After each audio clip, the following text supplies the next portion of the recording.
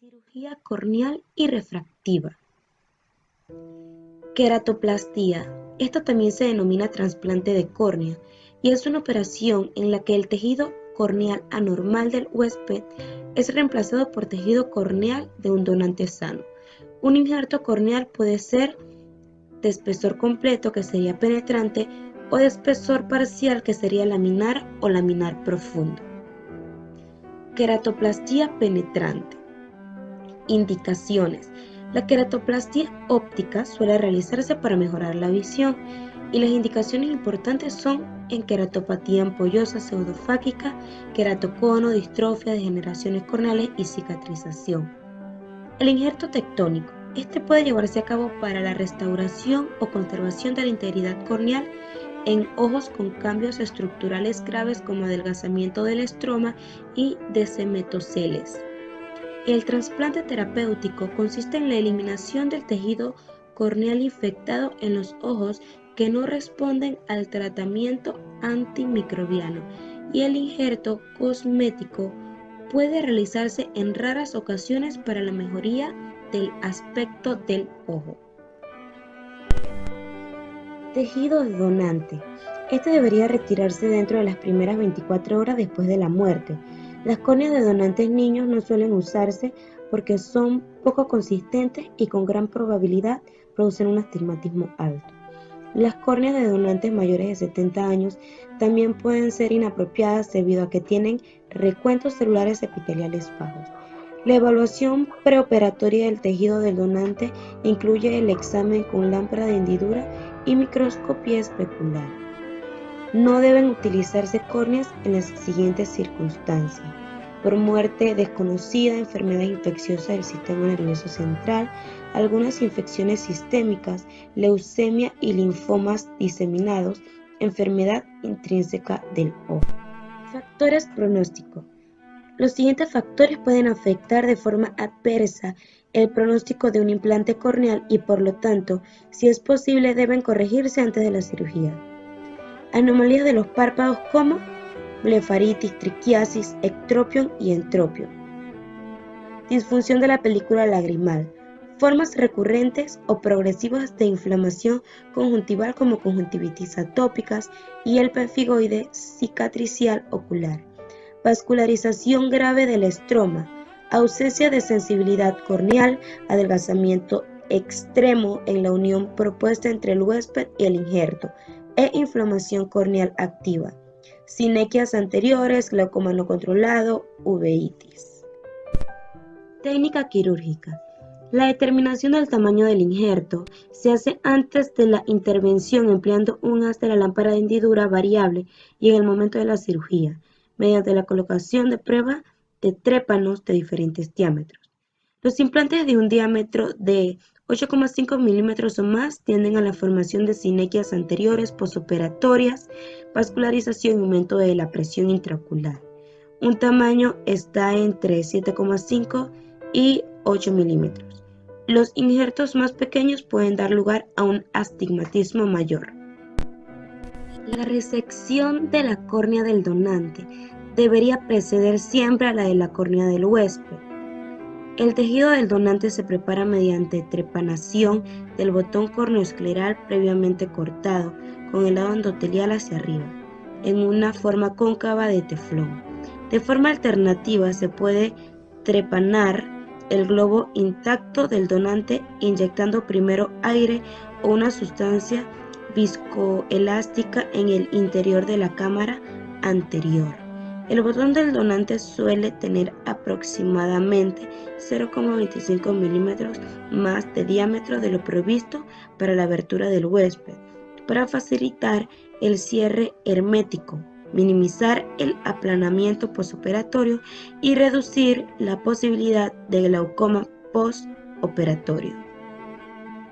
La resección del tejido del huésped se realiza con cuidado de no lesionar el iris y el cristalino con el trépano. El cristalino puede protegerse de alguna manera asegurando que la pupila esté miótica antes de empezar la operación con pilocarpina tópica y empleando una sustancia viscoelástica durante la cirugía. La córnea del receptor debe ser resecada con un trépano manual, motorizado o de vacío. Este último se adhiere a la córnea del receptor y reduce el deslizamiento. La descompresión rápida del ojo, con el riesgo asociado de prolapso de contenido intraocular y hemorragia supracoroidea expulsiva, se puede evitar realizando una trepanación de espesor parcial y entrando después en la cámara anterior con un escalpelo de diamante. La resección puede completarse después con bisturí o tijeras. La fijación del tejido del donante suele realizarse con monofilamentos de nylon. Las suturas corneales son de espesor casi completo para garantizar que la membrana de DSM queda apuesta y se evita la abertura posterior de la herida. Inicialmente se dan al menos 4 puntos de sutura cardinales sueltos. El cierre se completa después con puntos de sutura sueltos como lo vemos en la primera figura, o con sutura continua como lo vemos en la siguiente figura, o con una combinación de ambas. Y también se da la introducción de una solución salina balanceada. Tratamiento postoperatorio. 1. Tópico. Están los corticoides, que se emplean para reducir el riesgo de rechazo inmunológico del implante después de la administración inicial 4 veces al día durante algunas semanas. La dosis se puede reducir progresivamente dependiendo de la situación del ojo. Midriáticos, que son 2 veces al día durante 2 semanas o más tiempo si la uveitis persiste. 2. El aciclovir oral. Se puede emplear en el contexto de una queratitis por el virus del herpes simple, previa para minimizar el riesgo de recidiva. La retirada de la sutura tiene lugar cuando la unión implante-huésped se ha curado. Esto suele ocurrir al cabo de 9 a 12 meses, aunque en los pacientes ancianos puede tardar mucho tiempo más. Puede ser necesario utilizar también lentes de contacto rígidas para corregir los ojos astigmáticos. Complicaciones postoperatorias. Las complicaciones precoces incluyen defectos epiteliales persistentes, irritación por exposición de las suturas, que puede dar lugar a hipertrofia papilar, herida mal sellada, aplanamiento de la cámara anterior, prolapso del iris, uveitis, elevación de la presión intraocular e infección.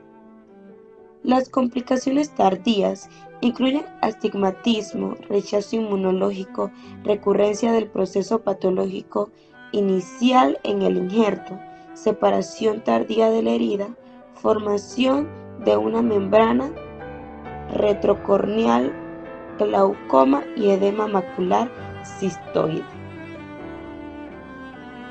Fracaso del injerto. Fracaso precoz.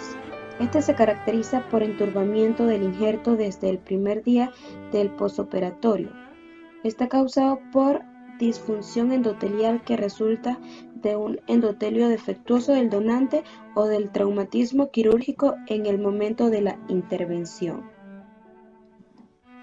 El fracaso tardío se debe con mayor frecuencia al rechazo inmunológico del injerto.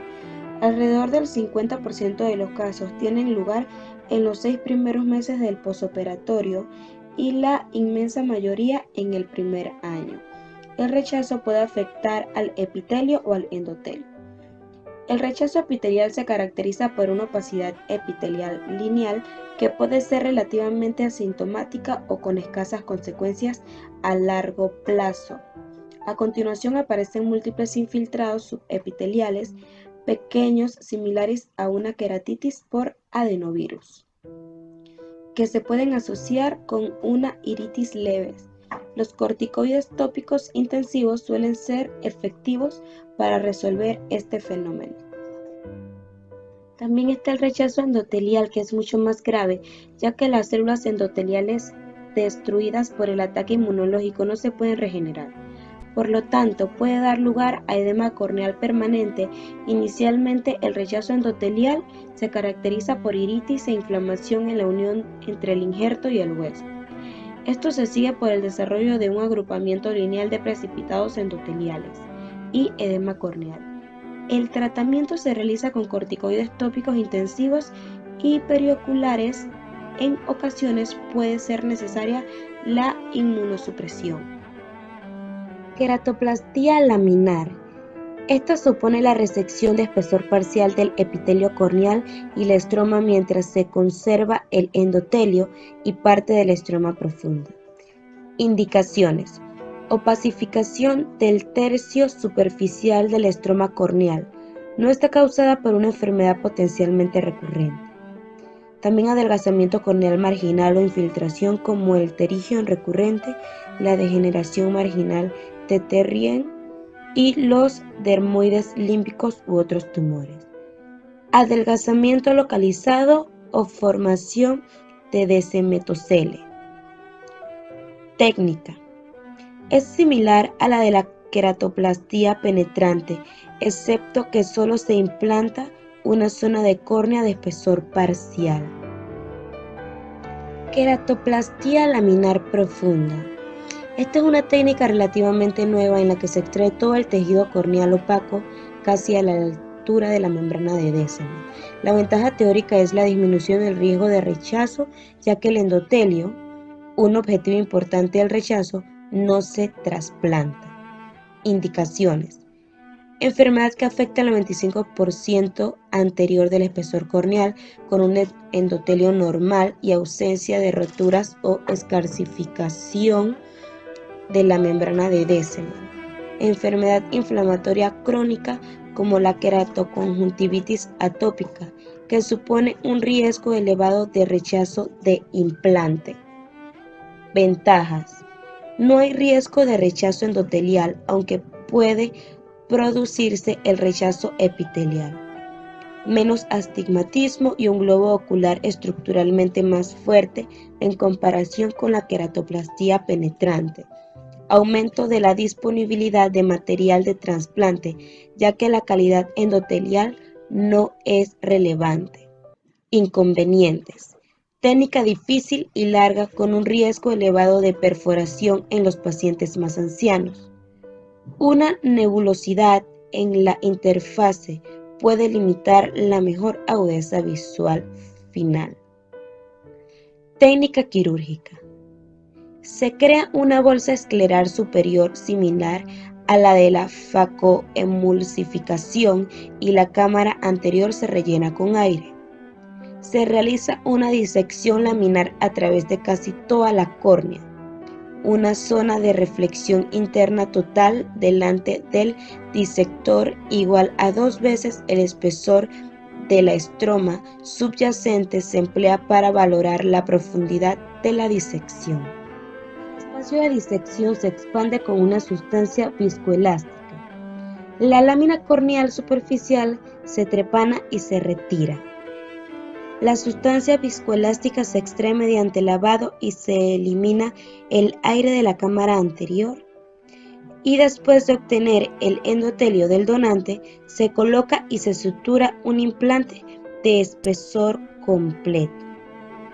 Por último tenemos el manejo postoperatorio, que es similar a la queratoplastía penetrante, excepto que se necesitan menos corticoides tópicos y las suturas se pueden retirar habitualmente al cabo de 6 meses. Queratoprótesis. Estos son implantes corneales artificiales empleados en pacientes que no son candidatos a queratoplastía. La cirugía es difícil y larga y se lleva a cabo en 2 etapas separadas por 2 y 4 meses.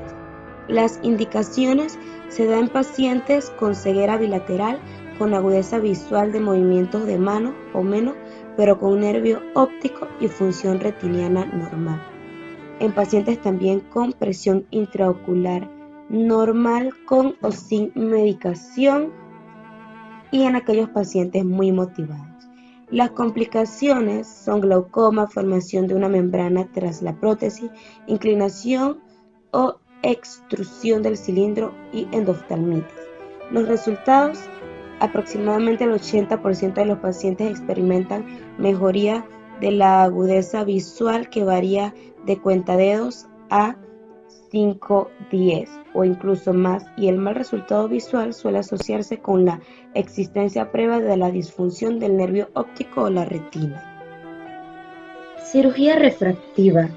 Esto comprende una variedad de procedimientos dirigidos a cambiar la refracción del ojo por alteración de la córnea o el cristalino, que son los principales componentes del dioptrio ocular. Los defectos de refracción corregidos por estos procedimientos son miopía, hipermetropía y astigmatismo. La corrección quirúrgica de la presbiopía todavía se encuentra en sus inicios y no se describe. Corrección de la miopía. La cirugía corneal pretende el aplanamiento de la córnea. Dentro de ellas tenemos la queratotomía radial, que consiste en la realización de incisiones radiales en la córnea periférica. El procedimiento actúa razonablemente bien en los grados bajos de miopía. La queratectomía fotorrefractiva, que es PRK, y queratomileusis in situ con láser, que es LASIK. Los segmentos anulares en el interior del estroma que causan aplanamiento central se pueden emplear para corregir la miopía baja y el queratocono leve, pero están en una fase muy inicial de su desarrollo. El procedimiento evita el eje visual y es potencialmente reversible. Cirugía del cristalino. La extracción del cristalino transparente da muy buenos resultados visuales, pero supone un riesgo bajo de desprendimiento de retina.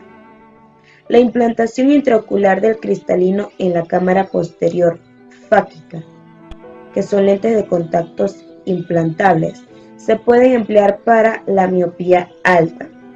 Este procedimiento debe realizarse con cuidado porque puede asociarse con uveitis, pérdida celular endotelial y formación de catarata. La implantación intraocular del cristalino en la cámara anterior fáquica con soporte en el ángulo se puede emplear también para corregir la miopía alta. Corrección de la hipermetropía. La cirugía corneal, que pretende recortar la córnea central, está en una etapa aún más inicial que la de la miopía.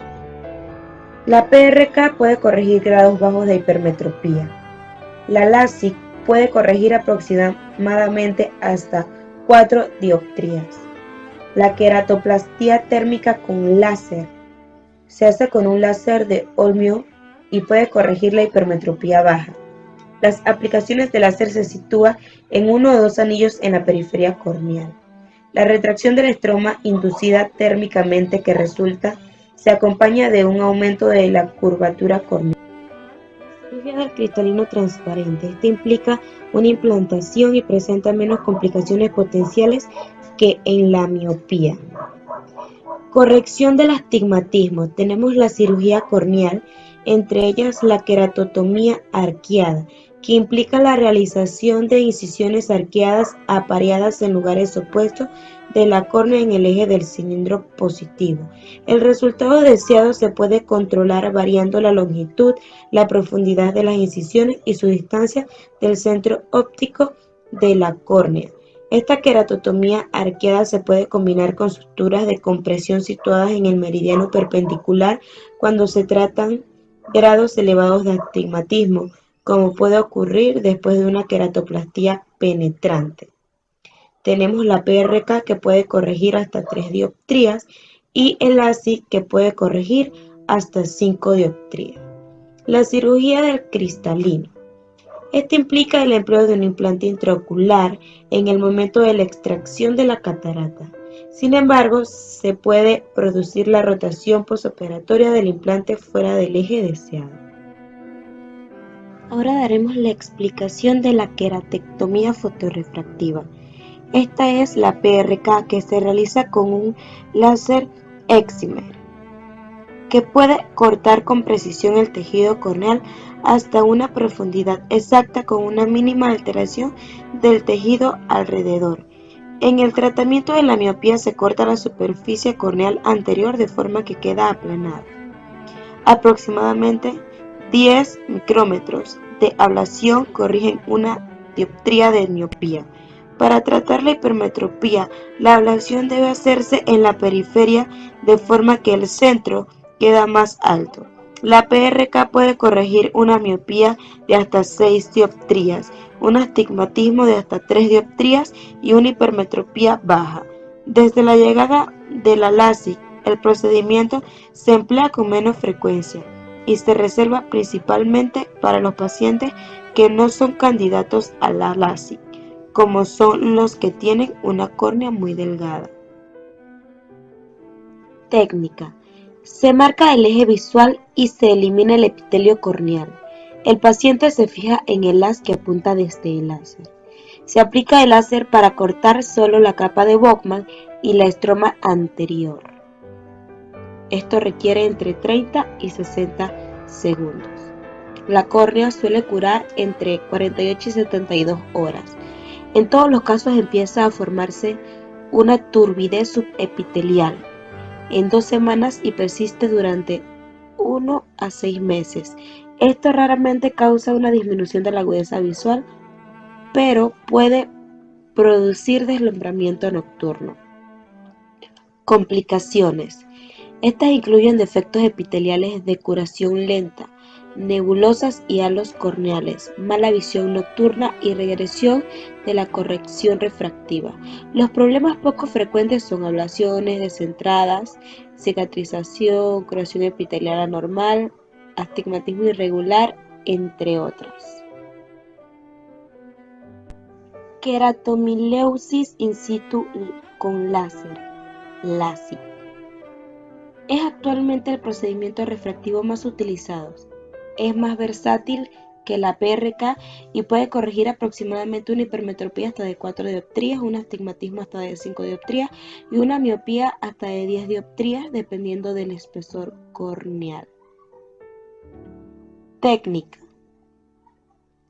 Se aplica un anillo de succión al globo ocular, lo que eleva la presión intraocular por encima de los 65 milímetros de mercurio. Esto puede ocluir temporalmente la arteria retiniana central y abolir la visión. El anillo se centra sobre la córnea y proporciona un camino de guía en el que se inserta un microqueratomo automatizado. El queratomo se hace avanzar mecánicamente por la córnea para crear un colgajo muy fino que se refleje. Se libera la succión y el lecho del colgajo. Se trata con láser excimer como en la PRK. El colgajo se vuelve a colocar en su sitio y se le deja sin manipular durante 30 segundos. Complicaciones. Estas están relacionadas con el colgajo y incluyen el microqueratomo y son orificios en botón, colgajos delgados, amputación del colgajo, colgajos incompletos o irregulares y excepcionalmente perforación corneal. Las complicaciones postoperatorias. Hay arrugas en las que hay distorsión o descolocación del colgajo. Los defectos epiteliales pueden predisponer a crecimiento inferior epitelial bajo el colgajo. Otras complicaciones incluyen infiltrados corneales periféricos, queratitis infecciosa tardía, isquemia del segmento anterior y neuropatía óptica debida presumiblemente a aumento de la presión intraocular. Efectos de refracción. Principios de refracción. ¿Qué es la luz? La esencia de la luz continúa siendo una cuestión no cerrada. Por una parte, la teoría ondulatoria propone que la luz se comporta como una onda cuando atraviesa materiales o sustancias transparentes. La óptica física estudia este comportamiento. La otra teoría es la corpuscular y es estudiada por la óptica geométrica. Ambas teorías son necesarias para explicar los fenómenos asociados a la luz. Cuando la luz incide en el ojo, los fenómenos ópticos que tienen lugar pueden ser estudiados desde el punto de vista de un rayo luminoso o de frente de ondas. Índice de refracción. La luz viaja por el espacio a una velocidad de 300.000 kilómetros por segundo, variando según el medio en que se desplaza.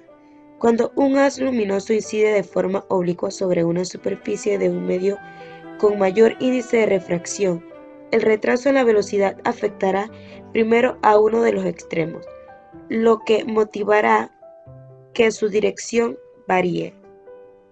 Al volver de nuevo a alcanzar el espacio primitivo, recuperará la dirección tras haber sufrido un desplazamiento. Este desplazamiento dependerá de 1. El índice de refracción, 2. El ángulo de incidencia y 3. La longitud de onda de la luz.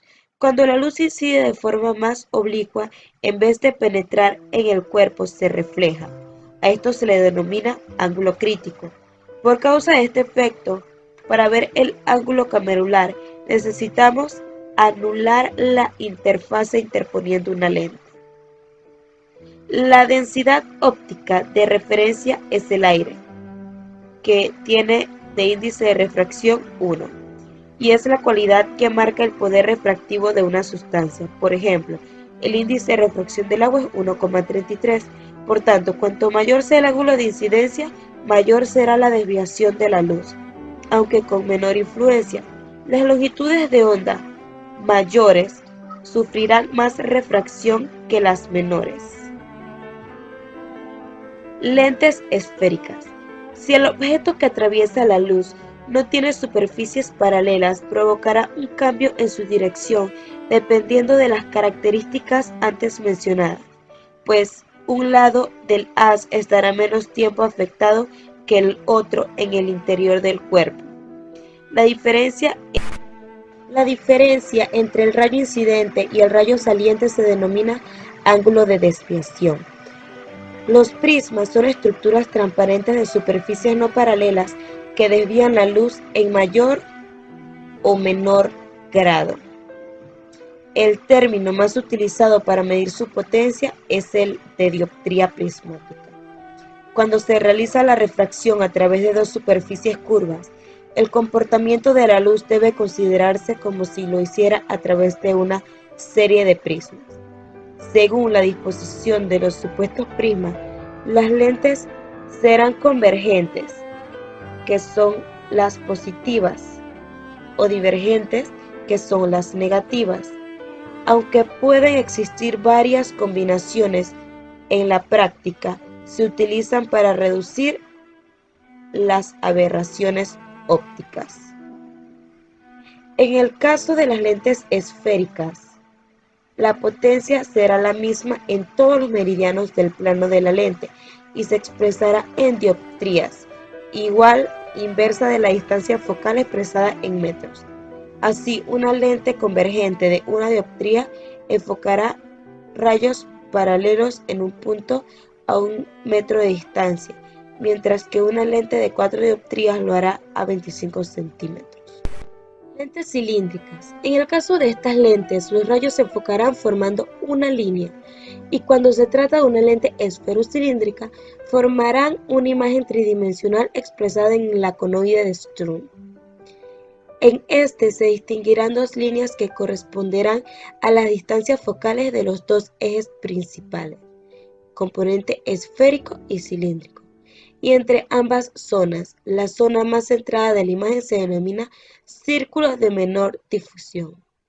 Las lentes cilíndricas presentan dos meridianos principales situados perpendicularmente entre sí, definiéndose el ángulo en el eje de caras paralelas. El equivalente esférico de una lente esferocilíndrica será el que pueda llevar el punto focal al círculo de menor difusión y se calcula por la suma de las esferas más la mitad del cilindro. La forma de expresar la potencia de una lente esferocilíndrica puede ser 1. Con el cilindro del mismo signo que el esférico, 2. Con el cilindro de signo contrario al esférico y 3. Con dos cilindros cruzados. En la primera situación se asignará el eje de menor potencia como esférico y la diferencia entre ambos ejes como cilindro, Transponiéndolo a la segunda situación, el esférico sería la máxima potencia y el cilindro la diferencia entre ejes, pero con signo contrario y a 90 grados del eje anterior. Si se desea utilizar la nomenclatura de dos cilindros cruzados, uno será potencia menor al eje menor y el otro la potencia total al eje mayor. Sistema óptico del ojo. Se ha comparado el ojo con una cámara fotográfica donde la córnea y el cristalino serían el sistema de lentes, la pupila el diafragma y la retina la película. Cuando un ojo no tiene defecto de refracción, es decir, que es semétrope, los rayos que llegan paralelos del infinito teórico se enfocan en la retina y forman una imagen nítida. Sistema de lentes. La córnea actúa como una potente lente convergente debido a que su superficie anterior es muy curva y su índice de refracción es de 1,37.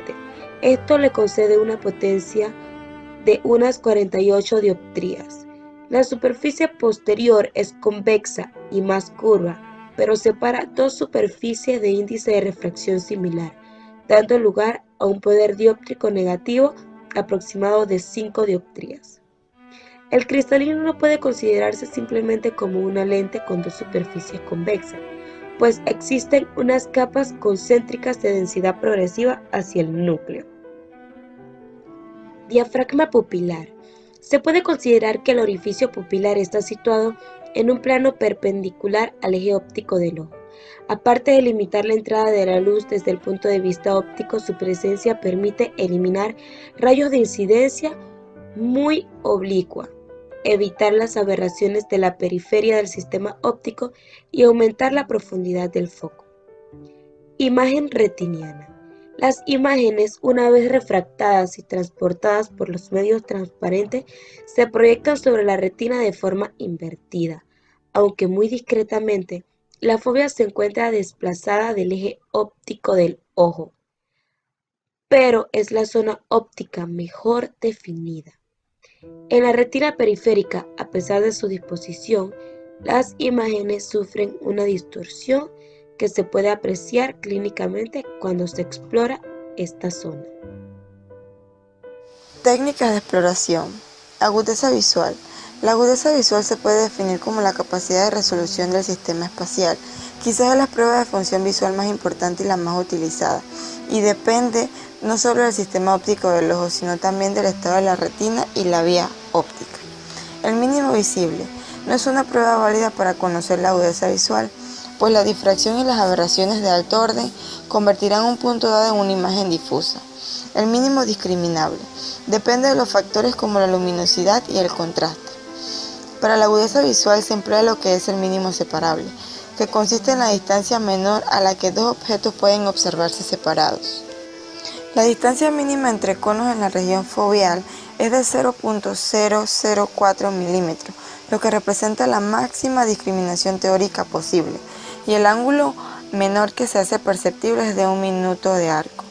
Esta se puede medir a 6 metros en visión lejana, y la forma de anotación puede variar según escalas decimales, porcentuales o en fracción, como es el caso de las de Snell, dependiendo de los diferentes países.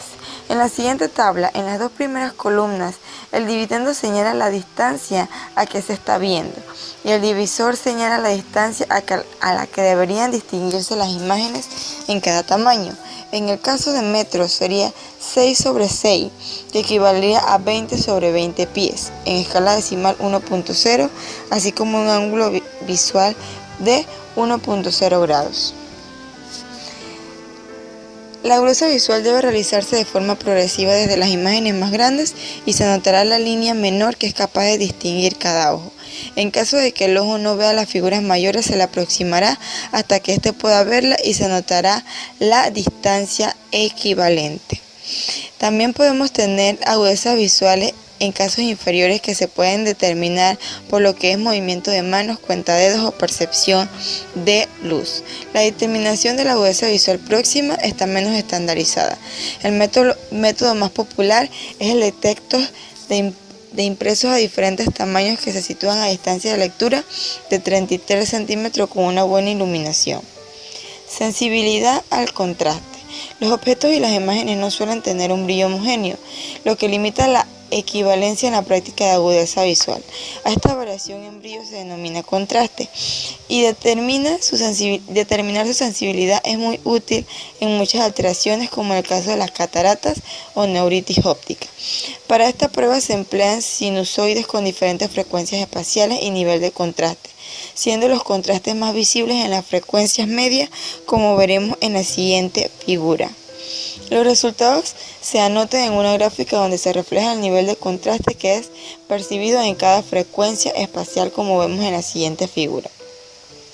Aberrometría. Esta prueba permite el análisis del sistema óptico del ojo desde el punto de vista de la óptica física, es decir, que considera la luz como un frente de onda, como vemos en la siguiente figura. La calidad de un frente de onda se expresa en micras o en fracciones de longitud de onda, y los instrumentos que se utilizan para este se basan en dos sistemas. El primero, interferometría láser, y el segundo, en trazado de rayos. Las distorsiones se representan por medio de polinomios de Cerny, como vemos en la siguiente figura, que extraen los componentes característicos de frentes de ondas. Así, las aberraciones de primer orden representan inclinación, las de segundo incluyen desenfoque y astigmatismo, y las de tercer orden representan coma y trébol, y así se pueden expandir hacia las aberraciones de alto orden en forma más compleja. Retinoscopía. Este es el método de refracción objetivo más utilizado hasta la aparición de los autorrefractómetros. Su funcionamiento consiste en el desplazamiento que sufre un haz luminoso en la pupila según el estado refractivo. Si tenemos un ojo hipermétrope, sufrirá desplazamientos en sentido del movimiento de la luz, y el inverso sería para un ojo miope. El paciente es examinado con una montura de prueba en una habitación con poca luz y mirando a una distancia en visión lejana, proyectando el foco sobre la pupila y ejerciendo un movimiento en varios ejes. Si el reflejo de la pupila sigue la dirección de la luz, se irán colocando lentes positivas hasta que el desplazamiento quede neutralizado, y al contrario se hace con el caso de que el reflejo sea contrario o de una miopía. Queratometría. Es la medida de la curvatura corneal que puede ser expresada en dioptrías o en milímetros de radio de curvatura, y existen varios métodos. El instrumento de Yaval proyecta dos imágenes, una de ellas escalonada, que mide el área central de la córnea. Una vez han alineado ambas y se han puesto en contacto, se gira 90 grados. En el caso de no desplazarse, no indicará astigmatismo. Cuando se superponen las dos imágenes, cada escalón representa una dioptría. Si se separan de nuevo, se aproximarán en el segundo eje y se repetirá la operación. Cuando la curvatura del eje horizontal es menor que la del eje vertical, es una indicación de un astigmatismo directo a favor de la regla. Al contrario, será inverso o en contra de la regla. Acomodación. La acomodación ocular es la capacidad del sistema óptico del ojo para cambiar su poder dióptrico mediante un aumento en la curvatura del cristalino. Esto se debe a la contracción del músculo ciliar, que se relaja la zónula y permite que el cristalino se abombe, como vemos en la siguiente figura. Se conoce como amplitud de acomodación a la capacidad total de incrementar la potencia, que la misma va disminuyendo con la edad e incrementa el tamaño del cristalino y se endurece. Este tiene lugar a dos fenómenos, el primero, que es el de convergencia, y el segundo, de miosis. La convergencia permite mantener los objetos próximos enfocados en la fobia, mientras que la miosis aumenta lo que es la profundidad de foco. La presbicia. Esta situación es normal a partir de los 45 años y progresa aproximadamente hasta los 55 y 60 años, cuando la dinámica de la acomodación se pierde definitivamente. Los síntomas son muy típicos: alejamiento del plano de lectura, dificultad para el trabajo de cerca, retraso en el reenfoque de lejos tras el uso continuo de la acomodación, y los síntomas anteriores se acentúan con poca luz y al final del día. En esta tabla podemos ver una progresión de la presbicia con relación a la edad. La corrección de la misma se realiza con lentes convexas para suplir la falta de acomodación. Para ello es necesario determinar previamente el defecto que presenta para visión de lejos y tener en consideración la edad y las ocupaciones del individuo. Ametropías. Miopía. Se trata de un defecto de refracción por el que los rayos que inciden en el ojo, paralelos, se enfocarán por delante de la retina. Los rayos que entran divergen formarán el foco más cercano a la retina, por ello el sujeto verá mal los objetos situados a partir de cierta distancia, pero siempre existirá un punto próximo donde su visión será la correcta. Clasificación.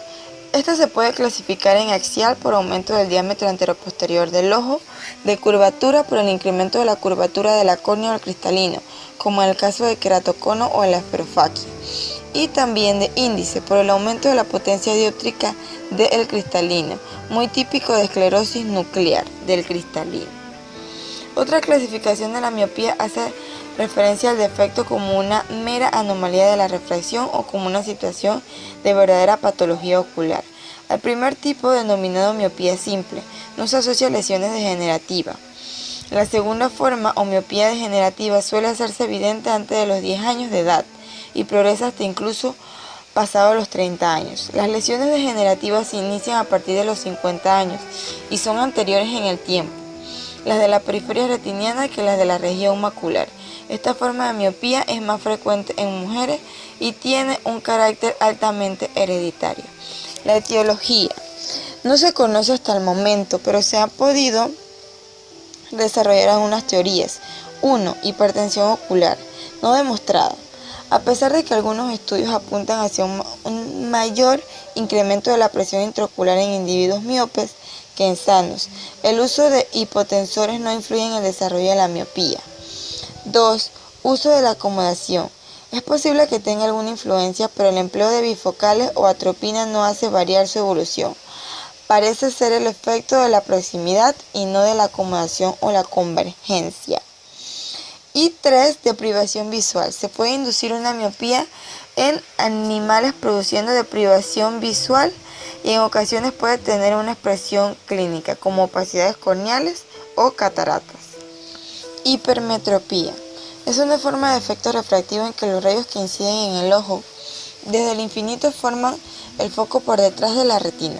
Se trata de un defecto muy frecuente, pero en su mayoría alcanza pocas dioptrías. A diferencia de la miopía, no es un defecto progresivo y carece de tan graves complicaciones con la excepción de casos extremos cercanos a la microftalmía. Etiología. En la mayor parte de los casos existe un desajuste en el sistema óptica del ojo con la longitud axial normal. La hipermetropía se asocia a veces con ojos pequeños. De cualquier forma, raramente la longitud axial es menor de 20 milímetros. El acortamiento puede aparecer de forma patológica por un tumor orbitario que comprime el globo ocular desde afuera o por un edema que desplace la mácula anteriormente. Menos frecuente es la hipermetropía de índice por cambios cristalinianos de curvatura o por desplazamiento posterior del cristalino. Clasificación. Tenemos lo que es la hipermetropía latente, en la que en este caso la compensación por la acomodación es total y por lo tanto no se puede medir si no es bajo el efecto de un ciclopégico. También tenemos la hipermetropía manifiesta. Tiene dos formas de presentación: aquella en que la acomodación se relaja al utilizar lentes correctoras, que sería facultativa, y la que no puede ser corregida por la acomodación, que es el caso de la absoluta. Puede existir solapamiento entre una y otra forma clínica, siendo común el paso de hipermetropía latente hacia la absoluta con el transcurrir de los años y el déficit consecuente de la capacidad de acomodación. Clínica. Debido a que ocupa un lugar clave en la hipermetropía, el estado de la acomodación determinará los síntomas. En el caso de los niños, no suele mostrar déficit visual y las manifestaciones más importantes son cefaleas o cansancio relacionados con el esfuerzo visual y el estrabismo acomodativo. En el caso de adultos jóvenes puede presentarse astenopia e incluso de mala visión próxima intermitente por claudicación del músculo ciliar. Ciertos casos, por el contrario, manifiestan una falsa miopía por espasmo muscular.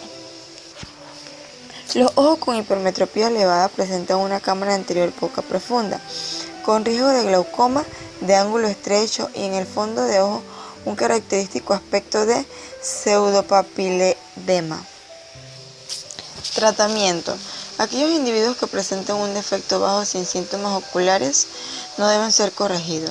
Los niños con esotropía, por el contrario, deben utilizar la corrección completa tras atropina. Al existir una hipermetropía fisiológica en los niños, solamente aquellos que presenten síntomas y errores superiores a 3 dioptrías requerirán corrección óptica. Astigmatismo. Es una entidad en la que los rayos de luz no llegan a formar un foco, pues el sistema óptico no tiene la misma capacidad refractiva en todos los meridianos. El fenómeno óptico se ha explicado por medio del conoide de Sturm. Prácticamente todos los individuos presentan algún grado de astigmatismo.